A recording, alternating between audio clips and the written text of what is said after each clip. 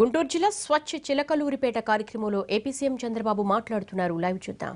200 రూపాయలు ఖర్చు పెడుతున్నారు. కానీ రాబోయే రోజుల్లో ఇంటర్నెట్, టెలిఫోన్ మాట్లాడుకోవడం, టీవీ చూసుకోవడం అన్నిటికి కూడా 15 MBPS ని 150 రూపాయలకి ఇచ్చే బాధ్యత ఈ ప్రభుత్వం తీసుకోబోతున్నాం.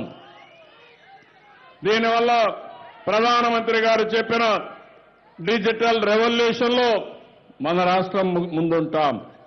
నేను అనేక వినూత్నమైన కార్యక్రమాలకు నాంది పలుకుతున్నాం. మీలో కూడా ఒక చైతన్యం రావాలి. మేమందరం కష్టపడి పనిచేస్తా ఉంటే కొంతమంది కులాల మధ్య చిచ్చు పెడుతున్నారు, మతాల మధ్య చిచ్చు పెడుతున్నారు, ప్రాంతాల మధ్య చిచ్చు పెడుతున్నారు. నేను ఒకటే మిమ్మల్ని కోరుతున్నాను, ఈ ప్రభుత్వం ఏ వ్యక్తికి కూడా అన్యాయం జరగదు. ఎక్కడ పేదవాడు ఉంటే అక్కడ ఈ ప్రభుత్వం ఉంటుంది. మిమ్మల్ని పూర్తిగా ఆదుకునే బాధ్యత ఈ ప్రభుత్వం తీసుకుంటాం. అదే సందర్భంలో విచ్ఛిన్నకర శక్తుల పట్ల మీరు జాగ్రత్తగా ఉండాలి. అది కేంద్రంలో గాని, రాష్ట్రంలో గాని, దేశంలో గాని, మన రాష్ట్రంలో గాని మీరు అప్రమత్తంగా ఉండాల్సిన అవసరం ఉంది. దేశాన్ని భ్రష్టు పట్టించిన వాళ్ళు, దేశాన్ని దోచుకున్న వాళ్ళు, రాష్ట్రాన్ని అవినీతిలో అతలాకుతలం చేసిన వాళ్ళు ఈరోజు కొత్త కొత్త వేషాలతో మీ దగ్గరికి మళ్ళా వస్తున్నారు. నేను అడుగుతున్నా, 10 సంవత్సరాలుగా ఈ దేశం, ఈ రాష్ట్రం భ్రష్టు పడడానికి కారణం, నష్టపోవడానికి కారణం ఈ దుర్మార్గులే. మళ్ళా ఈరోజు కొత్త కొత్త నాటకాలు వేస్తున్నారు. నేను అందుకని మిమ్మల్ని కోరేది ఒకటే, మీలో ఒక చైతన్యం రావాలి. ఇలాంటి అవినీతి పరుల్ని, ఇలాంటి జాతిని మభ్యపెట్టే వ్యక్తుల్ని జాగ్రత్తగా ఉండి ఎక్కడికక్కడ మనం ముందుకు పోవాల్సిన అవసరం ఉంది. అభివృద్ధి కావాలి, సంక్షేమం బాగుండాలి. మన పిల్లలు చెప్పినట్టు రామరాజ్యం రావాలి. ఎన్టీ రామారావు గారు కలలుగన్నా రామరాజ్యం రావాల్సిన అవసరం ఉంది. ఆ రామరాజ్యం సాధ్యం, అసాధ్యమేం కాదు. ప్రపంచానికి వన్నె తెచ్చే విధంగా ఈరోజు కార్యక్రమాలు ప్రారంభమైనాయి. నేను మిమ్మల్ని అందరినీ ఒకటే కోరుతున్నా, మీరందరూ సహకరించండి. అభివృద్ధి కార్యక్రమాల్లో ముందుకు పోదాం. ఈరోజు మీ స్ఫూర్తిని నేను చూశాను. పక్కనే అమరావతిలో నా దగ్గర డబ్బులు లేవు, రైతులకు నష్టం రాదు, మీరు కూడా ముందుకొచ్చి అమరావతి రాజధానికి భూమి ఇమ్మంటే 33,000 ఎకరాలు 2 నెలల్లో భూమి ఇచ్చారంటే ఆ రైతుల్ని మనస్ఫూర్తిగా అభినందించాలి, ధన్యవాదాలు తెలియజేయాల్సిన అవసరం ఉంది. మొన్నే స్వరాజ్యం అనే ఒక మహిళ హాస్పిటల్ నుంచి వచ్చి నా దగ్గర డబ్బులుంది, కానీ దీనికంటే మంచి కార్యక్రమం లేదు, మీరు రాజధాని కోసం కష్టపడుతున్నారని ₹1 కోటి విరాళం ఇచ్చిందంటే అది ప్రజలకుండే నమ్మకం. అదే కొంతమంది వ్యక్తులు అక్కడ రాజధాని రాకూడదు, లేకపోతే పోలవరం ప్రాజెక్టుని పట్టిసీమ ద్వారా కృష్ణా జలాలకి నీళ్లు తేకూడదు, ఇలాంటి కార్యక్రమాలు చేసే పరిస్థితి వస్తా ఉంది. ఏదేమైనా భయం లేదు, మీ ఆశీస్సులున్నాయి. గుండె ధైర్యంతో ముందుకు పోతాను. వదిలి వెనక్కి తిరిగి చూసే సమస్య లేదు. ఎవరైనా సహకరిస్తే సహకారం తీసుకుంటాం, ఎవరైనా అడ్డుపడితే మాత్రం బుల్లెట్ లాగా దూసుకుపోవడం తప్ప వెనక్కి తిరిగి చూసే సమస్య లేదు. జాతి ప్రయోజనాల కోసం, రాష్ట్ర ప్రగతి కోసం, భావితరాల భవిష్యత్తు కోసం రాజీ లేని విధంగా పనిచేస్తాం. నేను ఒకటే మిమ్మల్ని అడుగుతున్నా, ఈరోజు మీ జీవన ప్రమాణాలు పెరిగాయా లేదా అని మనస్సాక్షిగా మీరు ఆలోచించండి. నేను ధైర్యంగా చెప్పగలుగుతున్నాను, ఈరోజు మనకి ఎన్ని ఇబ్బందులున్నా మీకు అనేక కార్యక్రమాలు చేయగలిగాం. ఇంకా మీరు సహకరిస్తే అనేక సమస్యలకి పరిష్కారం వచ్చే అవకాశం ఉంది.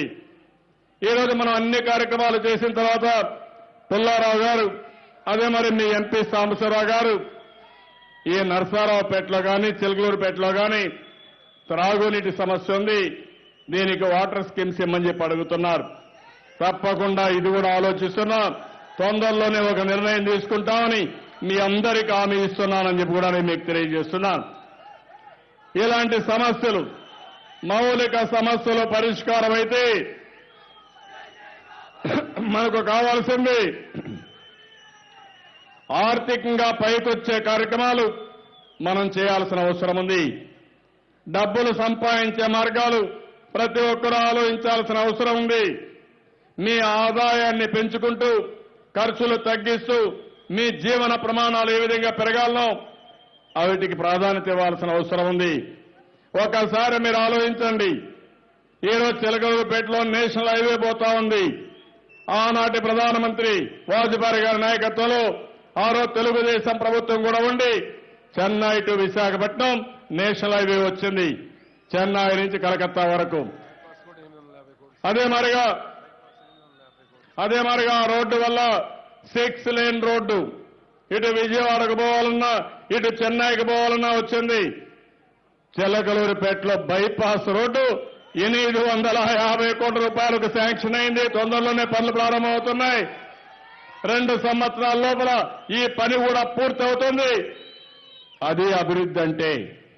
ఆ రోడ్డే పని జరగకపోతే ఒక్కసారి ఆలోచించండి, ఈ ప్రాంతానికి ఇంత విలువ వచ్చేదా తమ్ముడో అని మిమ్మల్ని అడుగుతున్నా. ఈరోజు నాయకులు కొంతమంది ఎక్కడ అభివృద్ధి జరగాలన్నా అడ్డుపడతారు, భూమి ఇవ్వద్దంటారు. రైతులు వచ్చి భూమి ఇస్తా ఉంటే ఇవ్వడానికి వీలు లేదని శత విధాలా ప్రయత్నం చేస్తారు. ఒక విమానాశ్రయం రావాలంటే, ఒక రోడ్డు వేయాలంటే, ఒక టౌన్ కట్టాలంటే, పేదవాళ్ళకి ఇండ్లు కట్టాలంటే ఆకాశంలో కట్టలేము, భూమి మీదనే కట్టాలి.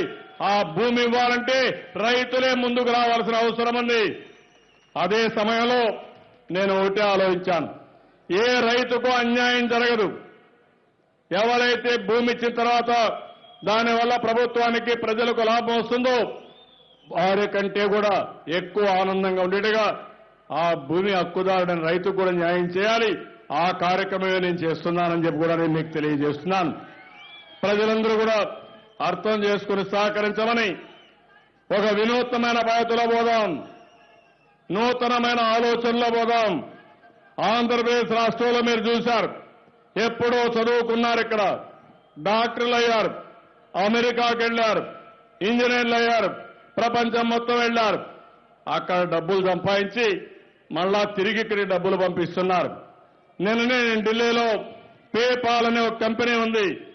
వాళ్ళ పని ప్రపంచం మొత్తం ఎవరైనా బ్యాంకులో డబ్బులేసి ఎవరికి పంపించాలన్నా రియల్ టైంలో పంపిస్తారు. అలాంటిది ఇండియాలో ఎన్ని అకౌంట్లు ఉన్నాయంటే 5 లక్షల అకౌంట్లు ఉన్నాయి. ఆ 5 లక్షల్లో 1,00,000 అకౌంట్లు మన ఒక్క ఆంధ్రప్రదేశ్ లో ఉన్నాయంటే అది ఆంధ్రప్రదేశ్ యొక్క శక్తి సామర్థ్యం. ప్రపంచం మొత్తం మనకుండే అవకాశాలు కానీ పలుకుబడి కానీ అంటే ఇలాంటి మీరు చెప్పుకుంటూ పోతే చాలా విషయాల్లో మనం ముందున్నాం. కానీ ఈరోజు విభజన వల్ల ఇబ్బందులున్నాయి. అయినా పర్వాలేదు, కష్టపడదాం, రాత్రింబగళ్ళలో కష్టపడదాం, మన శక్తి తెలివితేటలు ఉపయోగించుకుని అభివృద్ధి పదంలో దూసుకెళ్దాం. అందరూ ఆశ్చర్యపోయేట్టుగా పనిచేసుకుని తిరుగులేని శక్తిగా మనం తయారు కావాల్సిన అవసరం ఉంది. దీనికి పూర్తిగా సహకరించమని నిన్న మొన్న నేను పేపర్లు చూస్తా ఉంటే రకరకాలుగా మాట్లాడతారు. నేను ఒకటే అడుగుతున్నా, ఈరోజు ఈ ప్రభుత్వం ఒక బాధ్యతతో ప్రవర్తిస్తున్నాం, జవాబుదారీతనం తీసుకొస్తున్నాం, అకౌంటబిలిటీ తీసుకొస్తున్నాం. ఎవరిని అవినీతికి పాల్పడకుండా ఏ విధంగా కంట్రోల్ చేయాలనో అన్ని వర్గాలకు తృప్తి చేస్తూనే ఈ పని చేస్తున్నామని చెప్పి కూడా నేను మీకు తెలియజేసుకుంటున్నాను. కాబట్టి ఇలాంటి కార్యక్రమాలు చాలా ఉన్నాయి. అందుకే నేను మిమ్మల్ని అందరినీ కోరుతున్నా, అటు కేంద్రం ఇటు రాష్ట్ర ప్రభుత్వాలు చేసే పనులు మీరు అర్థం చేసుకుని పూర్తిగా సహకరించమని నిండు మనస్సుతో ఆశీర్వదించండి. మీ జీవితాలకు వెలుగు తీసుకొచ్చే బాధ్యత మేము తీసుకుంటామని మరొక్కసారి ప్రతి ఒక్కరికి హామీ ఇస్తూ చిలకలూరుపేటకు వచ్చినప్పుడు మీరు చూపించిన ఆదరణకి పేరు పేరున అభినందన తెలియజేసుకుంటూ అందరికీ నమస్కారాలు. జై హింద్, జై జన్మభూమి. Thank you very very much sir. ఇప్పుడు చిలకలూరుపేట వచ్చిన గౌరవ పేదలకు మా ప్రభుత్వం అండగా ఉంటుంది. విశాఖకు స్వచ్ఛ నగరాలు 5వ స్థానం లభించడం దేశానికి గర్వకారణం. అలాగే అమరావతికి దగ్గరలో చిలకలూరిపేట అతిపెద్ద నగరంగా రూపుదిద్దుకుంటుంది అని అంటున్నారు ఏపీ సీఎం చంద్రబాబు.